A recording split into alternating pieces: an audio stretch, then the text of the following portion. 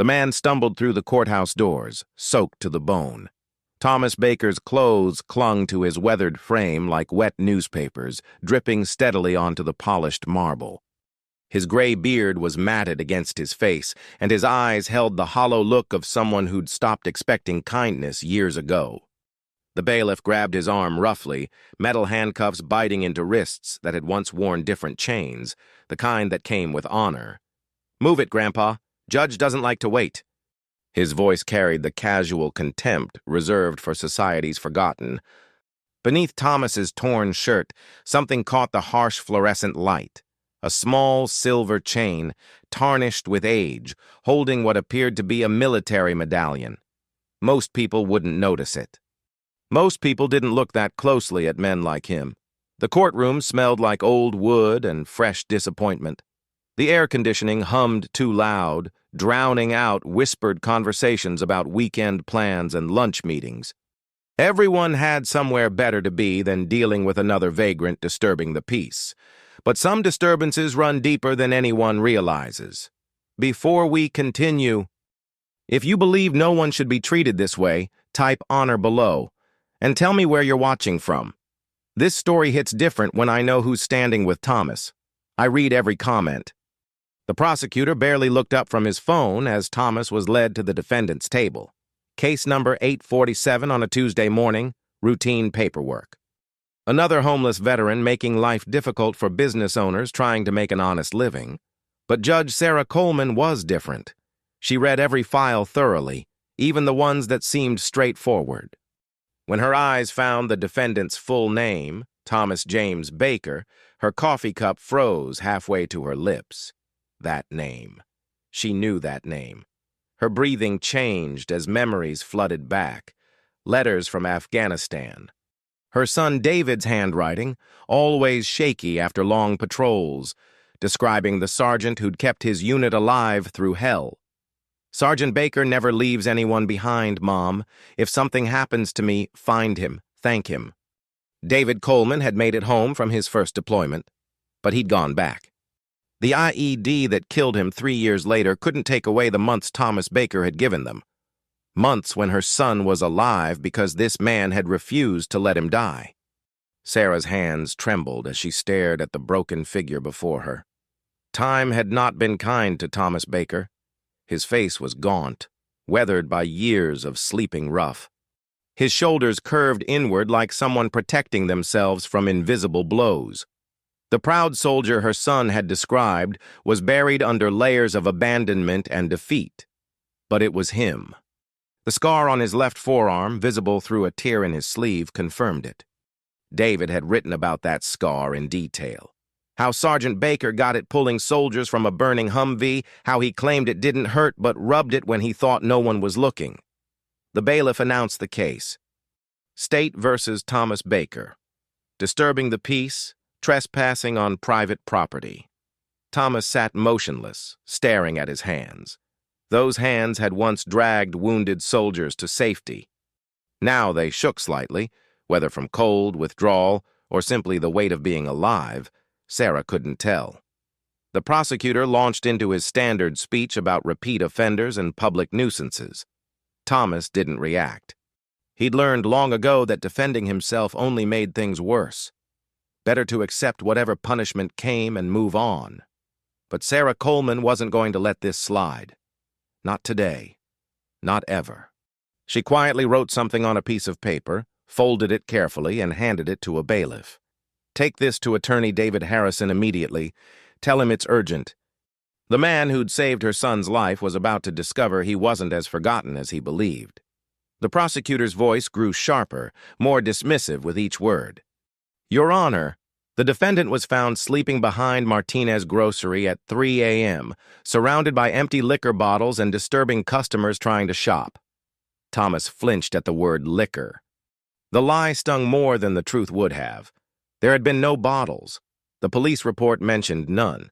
But who would believe a homeless man over an officer's testimony? "Furthermore," the prosecutor continued, consulting his notes with theatrical precision, "Mr. Baker has been cited multiple times for loitering and public intoxication." This pattern of behavior creates a public health hazard and reflects poorly on our community." A woman in the gallery nodded approvingly. She clutched her purse tighter when Thomas shifted in his chair. To her, he was everything wrong with the world, visible poverty that made her uncomfortable driving to work each morning. Thomas kept his eyes down, military posture buried under years of being treated like garbage. His fingers unconsciously traced the scar on his forearm, the one that had never fully healed, just like the memories that came with it. David Coleman's face flashed in his mind, young and scared, pinned under twisted metal while mortars exploded overhead. "The state recommends 60 days in county jail and a $2,000 fine," the prosecutor announced with satisfaction. "It's time this defendant learns that our streets aren't his personal bedroom." The public defender finally arrived, 25 minutes late, briefcase soaked from the rain outside. He glanced at Thomas's file for maybe 30 seconds before standing. "Your Honor, my client pleads no contest. We request time served and community service. No contest, no fight, no dignity." Thomas looked up briefly, meeting Sarah's eyes for just a moment. In that instant, she saw past the broken exterior to something else. A man who'd carried the weight of other people's lives and never set it down. She remembered David's last letter, written 2 weeks before the IED took him. "Sergeant Baker saved us again yesterday, saw the ambush before we walked into it. He never talks about the war before Afghanistan, but the older guys say he's got medals locked away somewhere. Says they don't matter anymore. I think that's the saddest thing I've ever heard." The courtroom door burst open with a sound that made everyone turn. David Harrison strode in, his presence commanding immediate attention. At 6'3", with silver hair and a voice that had swayed juries for 30 years, he wasn't the kind of lawyer who typically appeared in cases like this. "David Harrison, attorney at law," he announced, setting his briefcase down with authority. "I'm here to represent Mr. Baker." The prosecutor's confident smile wavered. "Your Honor, this is highly irregular. Last-minute representation with no prior notification." "Accepted," Sarah interrupted, her voice steady as steel. "Proceed, Mr. Harrison." Harrison opened his briefcase and pulled out a thick manila folder. Inside were documents that had no business being in a municipal courtroom. Pentagon letterhead, classified mission reports, commendation records that had been buried in bureaucracy for over a decade. The prosecutor sensed something had shifted but couldn't identify what. The casual arrogance that had carried him through the morning began to crack around the edges. "Your Honor," Harrison began, his voice filling every corner of the room, "I request permission to present evidence regarding the true identity and distinguished service record of Staff Sergeant Thomas James Baker, United States Army." Thomas's head snapped up. No one had called him by his rank in 15 years. The words hit him like electricity, straightening his spine for the first time since entering the courtroom. Sarah leaned forward slightly. The broken man before her was about to remember who he used to be. And everyone else was about to learn why some people deserve more than the world gives them.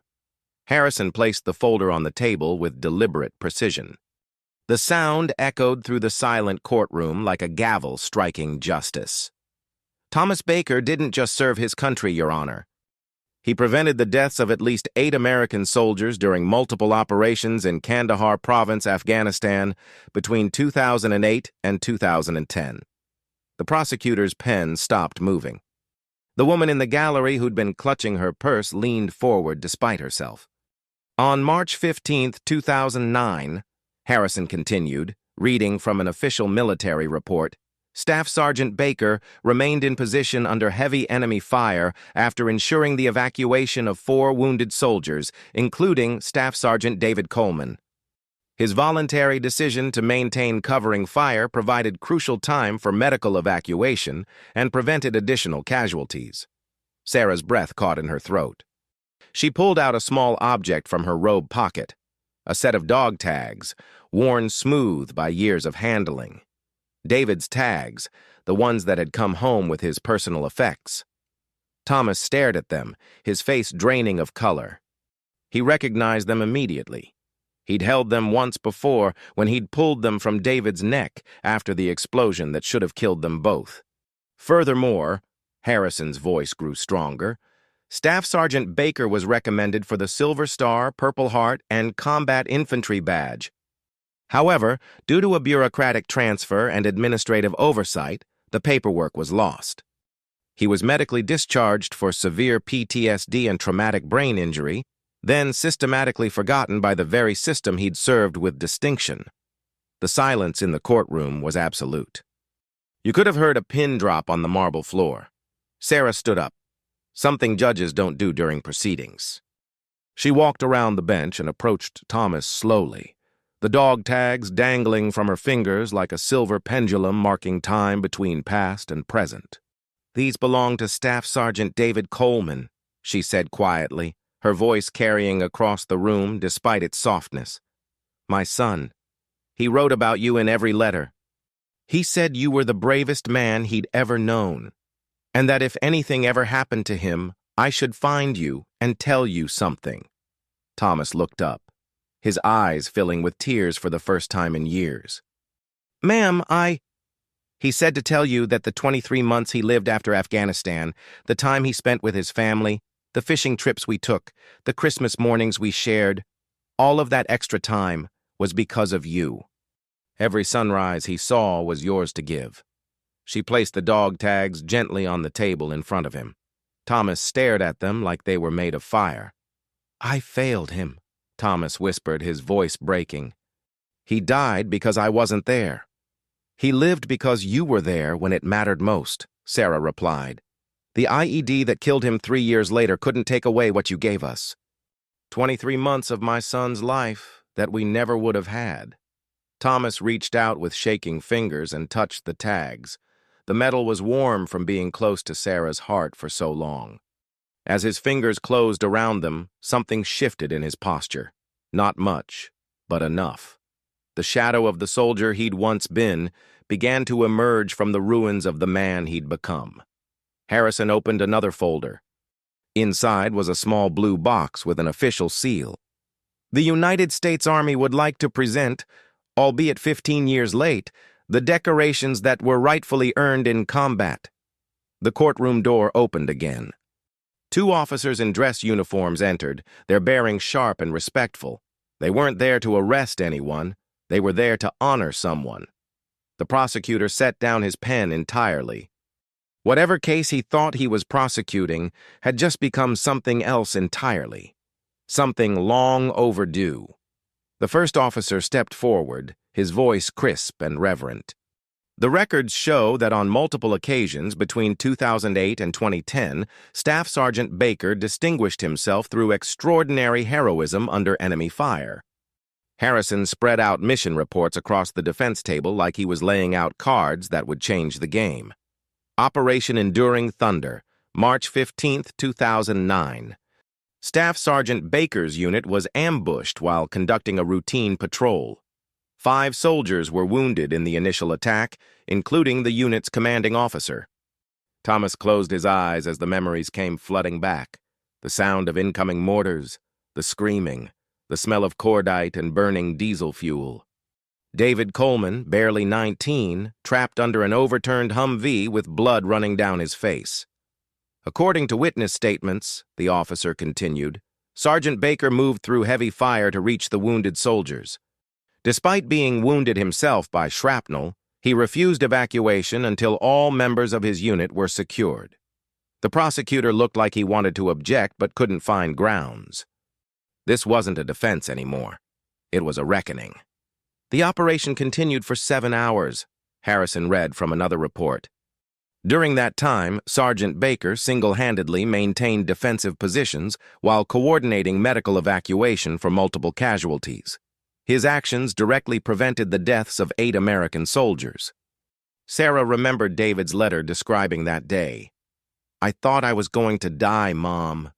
The truck flipped and I couldn't move my legs, but Sergeant Baker crawled through gunfire to get to me. He stayed with me for 6 hours while they called in air support. Every time I tried to give up, he'd tell me about fishing with his dad, or the diner in Texas that made the best apple pie. He kept me alive with stories. Thomas opened his eyes and looked at the second officer, who was holding the blue box with both hands like it contained something sacred, which in a way it did. Staff Sergeant Baker's Silver Star citation reads as follows, the officer announced, for gallantry in action against an enemy of the United States while serving with distinction in Afghanistan. Staff Sergeant Baker's extraordinary heroism and selfless devotion to duty reflect the finest traditions of military service and bring great credit upon himself, his unit, and the United States Army. The box opened with a soft click. Inside, nestled in dark blue velvet, was a silver star, the third highest military decoration for valor in combat. It caught the courtroom's fluorescent lights and threw them back like captured sunlight. Thomas stared at the medal like it belonged to someone else. "I don't deserve that," he whispered. "David died. They all died eventually." Harrison knelt beside his chair, speaking quietly enough that only Thomas could hear. "David Coleman lived for 3 more years because of what you did. He graduated from college. He fell in love. He called his mother every Sunday and told her stories about fishing trips and the sergeant who taught him that courage isn't about not being afraid. It's about doing what needs to be done anyway." The woman in the gallery who'd been clutching her purse was now wiping tears from her eyes. The prosecutor had stopped taking notes entirely, his pen lying forgotten on his legal pad. Sarah's voice carried clearly through the room. "My son wrote that you told him something during those 7 hours under fire. He said it was the most important thing anyone had ever said to him." Thomas looked up, his face etched with pain and something else, the faint shadow of the honor he'd carried once upon a time. "I told him that every day we stay alive is a day we can choose to matter," Thomas said quietly. "Even when it doesn't feel like it. Especially when it doesn't feel like it." The second officer stepped forward and pinned the silver star to Thomas's torn jacket with movements that spoke of ceremony and respect. The medal looked strange against the faded fabric, like a diamond set in rusted metal, but somehow it belonged there. Thomas touched the medal with trembling fingers, then looked up at Sarah with eyes that held 15 years of pain and 1 moment of recognition. "Thank you," he whispered, "for remembering." But Sarah wasn't finished. She reached into her robe again and pulled out an envelope, yellowed with age. "This is the last letter David wrote before he died. He never sent it because he was planning to deliver it in person when he came home. It's addressed to you." Thomas stared at the envelope like it might bite him. His name was written across the front in David's careful handwriting. "Staff Sergeant Thomas Baker, the man who taught me what courage looks like." "I can't," Thomas said, shaking his head. "I can't read that." "Then let me," Sarah replied. She opened the envelope carefully, unfolding pages that had been waiting 15 years to deliver their message. "Dear Sergeant Baker," she began, her voice steady despite the tears running down her cheeks. "I'm coming home next month, and I wanted to write this before I see you again. I need you to know that everything good in my life started the day you pulled me out of that Humvee." The courtroom was absolutely silent. Even the air conditioning seemed to have stopped humming. "You probably don't remember, but when I was pinned under that truck, scared out of my mind, you told me about your hometown in Texas. About the diner where your grandmother worked and how she made apple pie that could make a grown man cry. You told me about fishing with your dad on Sunday mornings and how the sunrise looked different when you were sharing it with someone you loved." Thomas was crying now, tears falling onto the silver star pinned to his chest. Sarah continued, "Those stories kept me alive, Sergeant. Not just that day, but every day since.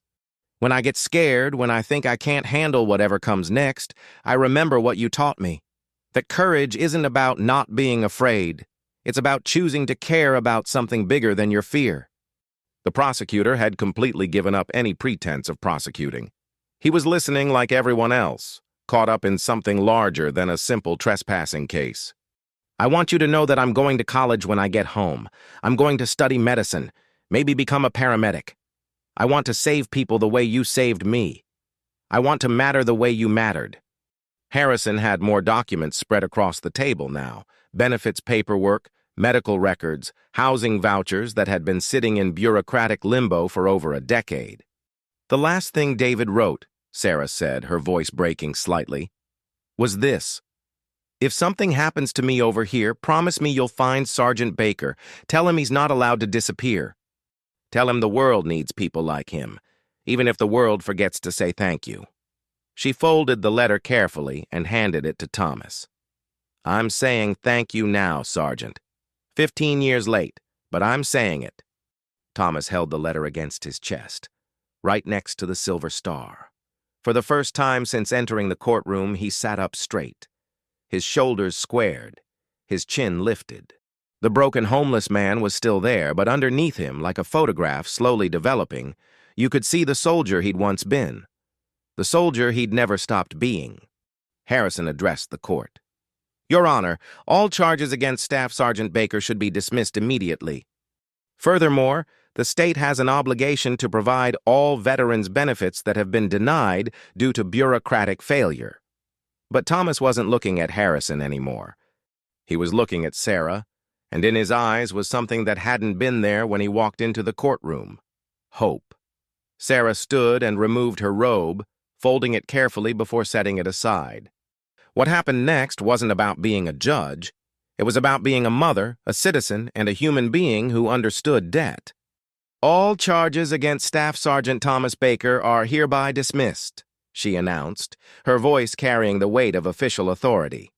"Furthermore, this court formally recognizes the administrative failures that have denied this decorated veteran his rightful benefits and medical care." The first officer stepped forward with additional paperwork. "Staff Sergeant Baker, effective immediately, the Army is reinstating your full veterans' benefits, including disability compensation, medical care, and housing assistance. We're also processing a formal apology for the bureaucratic failures that led to this situation." Thomas stared at the papers like they were written in a foreign language. After 15 years of being invisible, the sudden attention felt overwhelming. Harrison placed a gentle hand on his shoulder. "Thomas, you have a pension coming. 15 years of back pay, full medical benefits. And if you're willing, there's an apartment available through the VA housing program." "I don't understand," Thomas said quietly. "Yesterday I was nobody. Today you're the same person you were yesterday," Sarah interrupted. "The only difference is that today, people remember who you are." The prosecutor, who had been silent for the past hour, finally spoke. "Your Honor, I want to formally apologize to Staff Sergeant Baker. The charges against him were inappropriate, and the system failed him long before he appeared in this courtroom." Then he did something unprecedented. He stood up, straightened his posture, and saluted. The gesture rippled through the courtroom. The bailiff saluted. The court clerk saluted. The woman in the gallery who had clutched her purse in fear an hour earlier was now standing with her hand over her heart. Thomas looked around the room in amazement. These were the same people who had seen him as garbage when he walked in. Now they saw him as he truly was.